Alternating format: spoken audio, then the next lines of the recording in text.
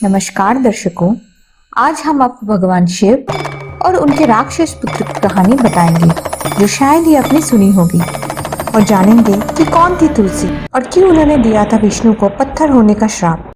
तो जुड़े रहे हमारे साथ इस वीडियो के अंत तक। इस घटना का वर्णन पद्म पुराण, शिव पुराण और स्कंद पुराण में भी है। शिव पुराण के श्री रुद्र संहिता पंचम खंड के 14वें अध्याय में वर्णित है कि एक बार देवराज इंद्र और गुरु बृहस्पति जी महादेव से मिलने इंद्रपुरी से कैलाश जा रहे थे। जब महादेव को उनके आने का पता चला तो वे इंद्र की परीक्षा लेने के लिए एक जोगी के रूप धारण कर उनके रास्ते पे बैठ गए। इंद्र ने जोगी से पूछा कि तुम कौन हो और हमारे रास्ते पे क्या कर रहे हो? हमें जाना है, हमें मार्ग दो। पर जोगी के रूप में महादेव जी एकदम चुप करके बैठे हुए थे। इंद्र के बार बार पूछने पर भी जोगी ने कोई उत्तर नहीं दिया। ये देख के इंद्र रुष्ट होकर जोगी के रूप का अपमान करने लगे और अपने वज्र से जोगी जी पर आक्रमण करने का प्रयास किया। इससे महादेव क्रोधित हो गए और क्रोध के कारण उनके नेत्र लाल हो गए। क्रोधित महादेव तांडव की मुद्रा में आ गए। क्रोध के कारण उनकी तीसरी आंख खुल गई, जिससे वे इंद्र की हत्या करने वाले थे। तब तक गुरु बृहस्पति जी समझ गए थे कि ये कोई साधारण जोगी नहीं है, बल्कि स्वयं महादेव है। उन्होंने महादेव से विनती की कि वे इंद्र को क्षमा कर दे।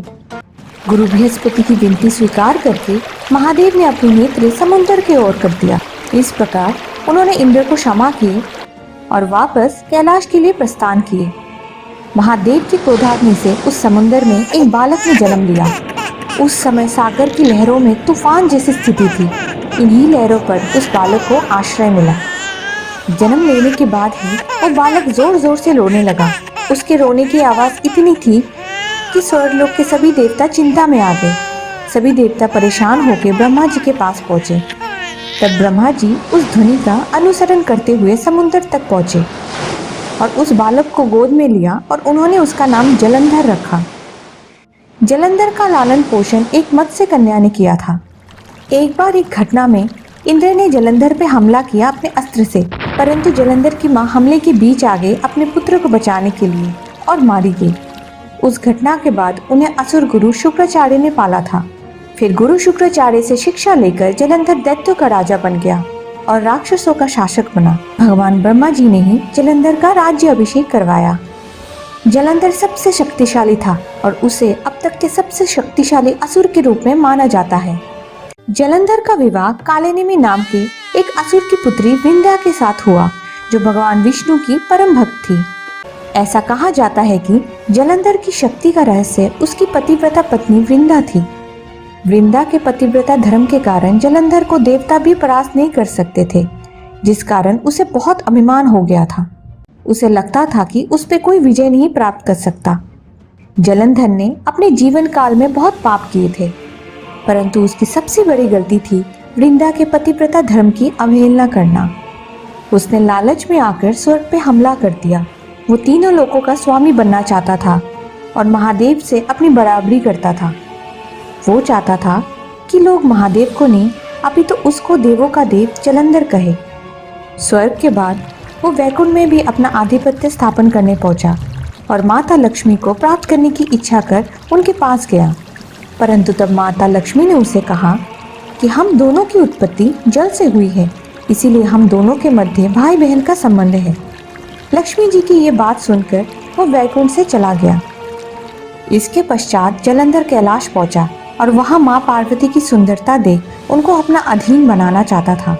फिर जलंधर ने महादेव का रूप धारण किया और छल करने के लिए माँ पार्वती के पास गया। माता पार्वती ने उसे पहचान लिया और बहुत क्रोधित हुई। इस धोखे को पहचानने पर पार्वती इतनी क्रोधित हुई कि उन्होंने अपना विशाल महाकाली रूप लिया।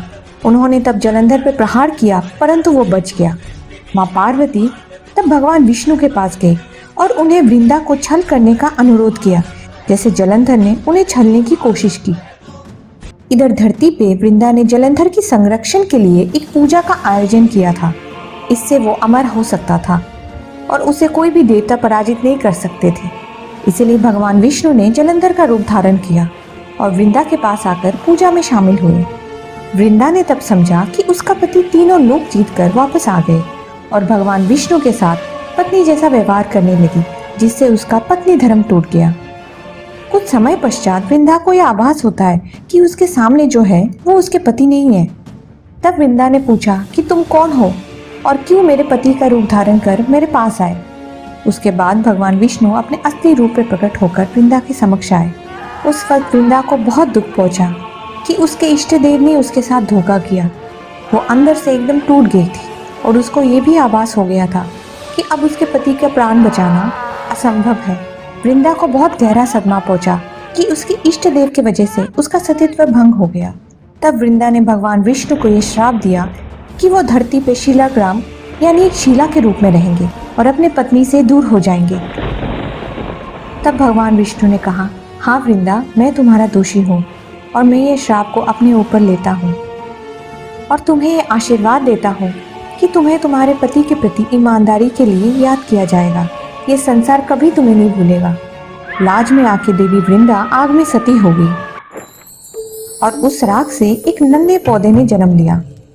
तब ब्रह्मा जी ने इसे तुलसी नाम दिया और यही पौधा सती वृंदा का पूजनीय स्वरूप हो गया। भगवान विष्णु ने तुलसी को ये भी वरदान दिया कि उनकी पूजा में माता तुलसी की विशेष स्थान रहेगी और उनका भोग भी वे तुलसी के बिना ग्रहण नहीं करेंगे। दर्शकों, इसलिए सदैव हम भगवान विष्णु के भोग में तुलसी का पत्ता रखते हैं। उधर कई वर्षों की लड़ाई के बाद जलंधर माता पार्वती और शिव की संयुक्त शक्ति से हार गया। तो ये थी तुलसी माँ की कहानी। हम आगे भी ऐसी कहानियाँ आपके पास लाते रहेंगे, तो बने रहिए हमारे साथ। हमारे चैनल को सब्सक्राइब कीजिए और बेल आइकन को दबाइए ताकि आगे आने वाली हर एक वीडियो की अपडेट सबसे पहले आप तक पहुँचे। धन्यवाद।